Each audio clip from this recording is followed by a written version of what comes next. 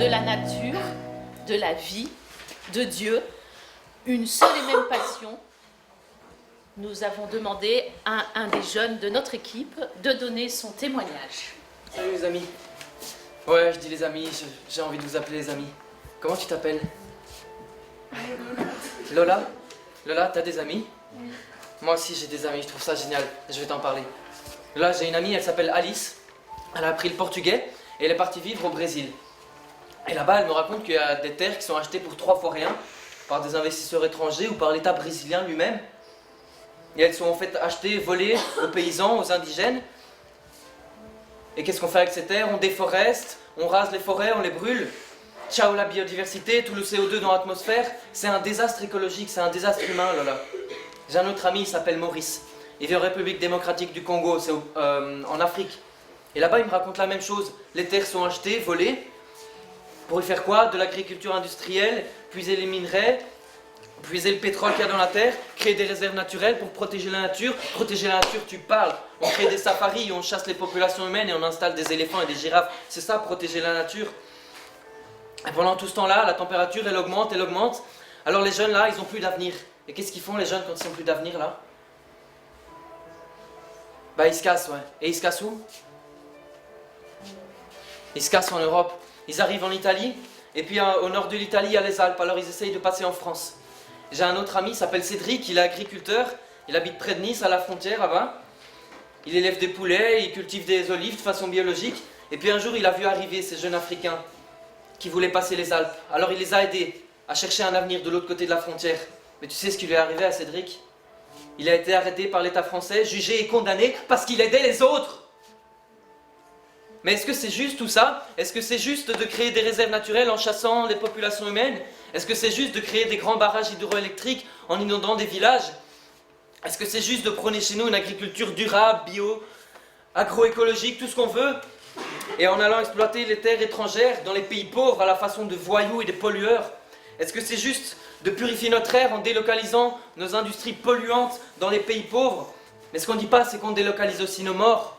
En 2019, en Égypte, le 21 mars, 10 morts. Le 8 mars, 10 morts en Chine. Le 3 décembre, 23 morts au Soudan. 50 morts le 9 décembre en Inde. Je continue comme ça. Ah oui, je ne me suis pas présenté, Lola. Je m'appelle Joachim, j'ai 24 ans et cette année, j'ai décidé de donner 1 an de ma vie pour les jeunes avec les Salésiens et les Salésiennes. Quand j'étais un peu plus jeune que toi, j'ai découvert une association qui s'appelle Oxfam. Et c'est des personnes qui ont vu toutes ces injustices, tous ces travailleurs, tous ces ouvriers, tous ces paysans qui travaillent dur et qui sont maltraités, qui sont sous-payés. Et ils ont voulu faire quelque chose. Alors moi, d'abord, j'ai essayé tout seul dans mon coin, j'ai vite compris que tout seul, j'arriverais à rien. Alors j'ai rejoint ce groupe-là, dans mon école. Je me suis engagé avec d'autres. Et tu sais ce que c'est, l'écologie? L'écologie, c'est le lien qu'il y a entre tous les êtres vivants et qu'il y a entre les êtres vivants et leur milieu de vie, leur environnement.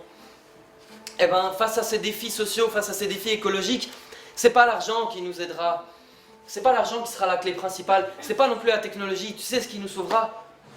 Ben, c'est l'entraide. C'est les liens qu'on a les uns avec les autres. Alors, comme je te disais, tu vois, il y a de plus en plus de personnes d'enfants, de femmes, d'hommes, qui quittent leur milieu de vie, qui quittent leur village parce que ça devient inhabitable. Ils s'en vont un peu partout dans le monde pour des raisons économiques, religieuses, climatiques, ou encore à cause de la guerre.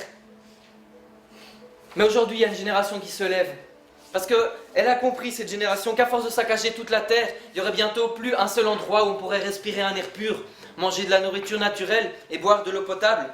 Cette génération, c'est celle d'Alice, c'est celle de Maurice, c'est celle de Cédric, c'est la tienne là, c'est la mienne, c'est la vôtre. Nous avons compris qu'on n'a qu'une magnifique planète, qu'elle est unique. Et nous, les êtres humains, nous avons une seule terre, une seule maison à partager avec tous les êtres vivants. Et nous appartenons à cette nature, au même titre que les forêts, que les prés, que tous les végétaux, que tous les animaux, que le ciel, la mer et l'océan. Et pourtant, il y a de plus en plus d'êtres vivants qui quittent leur milieu de vie. Même les animaux, les végétaux ont commencé à quitter leur endroit de vie. Mais pourtant, aussi loin que nous allions, on ne pourra jamais aller plus loin que notre bonne vieille terre. Mais d'ailleurs, pourquoi la quitter? Nous avons tout ici sur Terre, nous avons tout ce qu'il faut pour être heureux. Et Cédric, Maurice, Alice et tous les autres, on fait partie intégrale de cette nature. Et c'est à nous, les êtres humains, qui avons la responsabilité de cette création, de cette maison commune, pour que tous les êtres vivants s'y sentent comme à la maison. Or, quand l'homme saccage la terre, c'est sa propre maison qu'il saccage, c'est sa propre nature qu'il souille. Alors tu vois Lola, moi quand j'ai vu tout ça, j'ai pas pu laisser faire et j'ai décidé de me bouger. Et maintenant, mais quand je prends soin de la nature, je prends soin de l'homme. Et quand je prends soin des hommes, eh ben je sais que je prends soin de la nature.